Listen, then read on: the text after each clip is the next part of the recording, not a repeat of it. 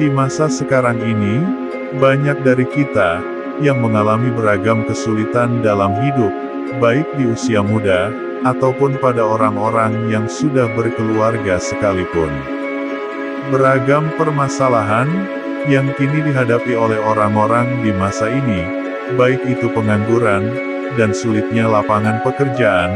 hutang yang sulit sekali terbayarkan, dan banyak biaya-biaya hidup lainnya yang sulit untuk dicukupi. Bahkan di usia-usia produktif pun, seperti anak-anak muda zaman sekarang, banyak sekali yang memandang abu-abu di masa depan, yang dengan melihat hari ini saja, mungkin banyak sekali anak-anak muda yang mengamen dari rumah ke rumah yang saling beriringan, berganti satu dengan yang lainnya. Kita, yang dulu menganut budaya ketimuran, yang selalu mensyukuri apa yang ada pada kita, kini telah banyak yang berubah menjadi keras dan tidak sedikit, kita mulai banyak berselisih, baik perselisihan yang kecil sampai pada pertengkaran, seperti di jalan raya, atau yang kemarin-kemarin sedang ramai, yakni perselisihan dengan tukang parkir, yang terjadi di mana-mana.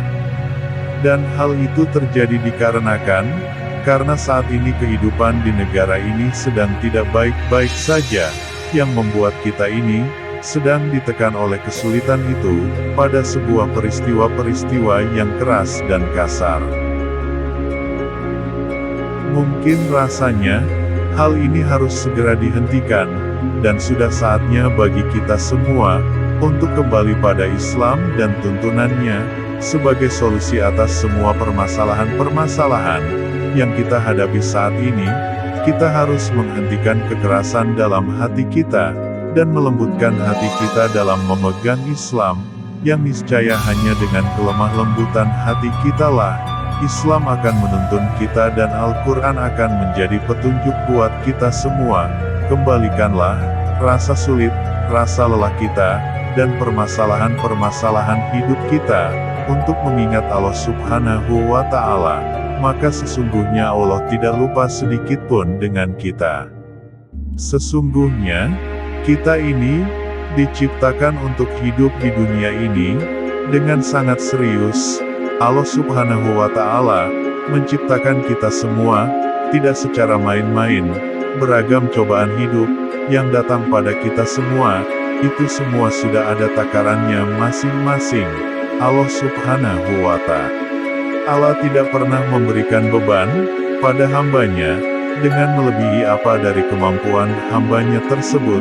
Namun terkadang kitalah yang dikarena kerasnya hati kita, yang membuat kita menerka-nerka sendiri, bahwa cobaan hidup yang kita alami ini, terasa sangatlah berat, melebihi yang lainnya. Sesungguhnya, segala sesuatu baik itu kebaikan ataupun keburukan yang menimpa, itu disebabkan oleh apa yang kita perbuat, yang baik itu dengan sadar, ataupun tanpa kita sadari, baik sekecil apapun,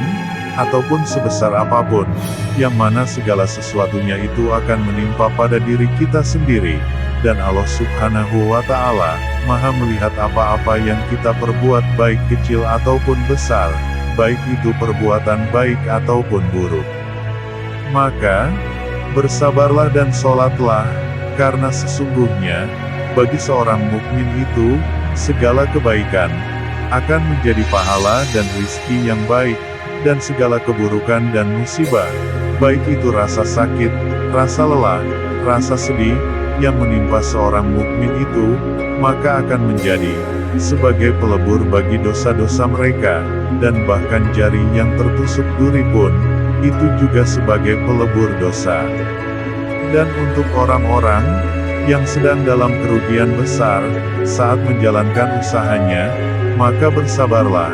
maka sesungguhnya tiadalah kerugian bagi seorang mukmin dalam mencari karunia Allah. Segala sesuatunya akan menjadi pahala, bahkan kerugian harta benda akan menjadi pahala yang amatlah besar di mata Allah. Sebenarnya, ujian yang diberikan oleh Allah Subhanahu wa Ta'ala jauh lebih besar kepada orang-orang terdahulu sebelum kita ini,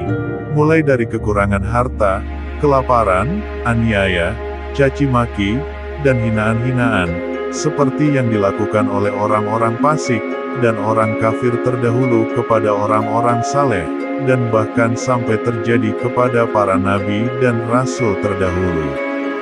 Namun sesungguhnya Allah Subhanahu wa Ta'ala Maha mengetahui tentang kita seutuhnya, kita yang kadang memang memiliki sifat yang sangat mudah merasakan keluh kesah, dan terkadang pada saat diberikan kelebihan, kita akan menjadi pelit untuk berbagi, dan Allah dengan Maha mengetahui, mengerti betul, dengan tabiat yang kita miliki.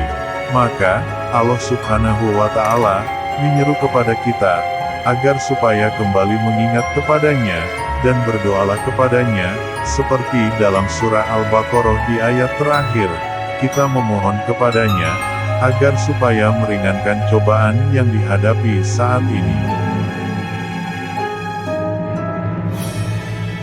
Berdoalah, dengan ayat terakhir dari surah Al-Baqarah, dalam setiap hari-harimu, yang terasa amat sulit, karena surah Al-Baqarah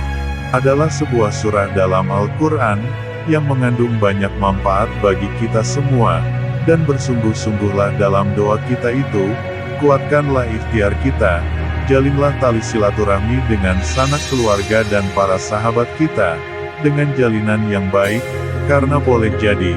rezeki yang Allah berikan pada kita, bisa datang, lewat perantara saudara-saudara kita, dan berhentilah dari kemaksiatan, baik itu kemaksiatan yang nyata, yang kita sadari, ataupun kemaksiatan yang tidak kita sadari, karena ada kalanya, kita yang secara tidak sadar, sering sekali kita mengolok-olok kebaikan, yang mana, karena kebiasaan pergaulan kita, yang terbiasa memaknai kecil sebuah kebaikan, yang padahal di mata Allah Subhanahu wa Ta'ala, itu amatlah bernilai.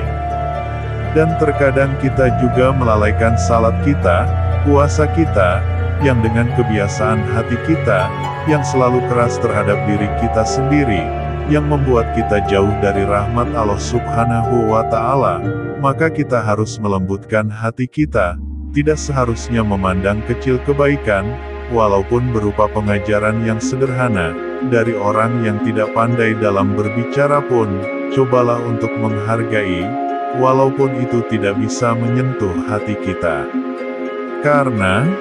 bisa jadi rejeki yang akan kita terima itu, sebenarnya sudah dekat, namun karena kita selalu melakukan hal-hal yang tidak baik, yang tanpa kita sadari, maka rizki yang akan kita terima itu, secara terus-menerus, selalu terhalangi oleh kebiasaan-kebiasaan buruk, yang tanpa sadar kita selalu lakukan.